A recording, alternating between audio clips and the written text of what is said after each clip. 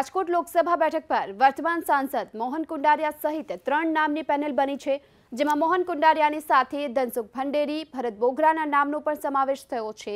Mohan કુંડારિયાને repeat કરવાની પ્રબળ શક્યતા જોવામાં આવી રહી છે.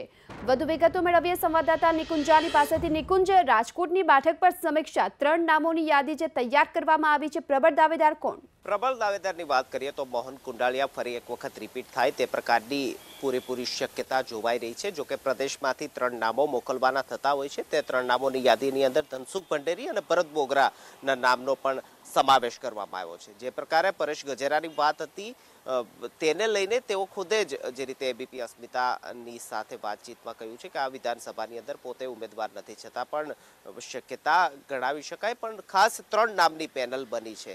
એક શક્યતા એ પણ ગીતા જોવાઈ રહી છે કે રાજકોટ બેઠક ગાંધીનગર બેઠકની જેમ જ હાઈ પ્રોફાઇલ બેઠક માનવામાં આવતી હોય છે. બેઠક એ પ્રકારની છે કારણ કે ગઢ ભાજપનો મનાય છે, તો આ બેઠક પર કોઈ સ્કાયલેબ તરીકેના ઉમેદવાર અલગ કોઈ હોઈ શકે તે પ્રકારની શક્યતા પણ જોવાઈ રહી છે. પરંતુ હાલ જે 3 પેનલ બની છે, પ્રદેશમાંથી જે 3 પેનલ બનાવવામાં આવશે, તેમાં વર્તમાન સાંસદ મોહન કુંડારિયા, ભરત બોગરા અને ધનસુખ ભંડેરાના નામનો સમાવેશ થયો છે.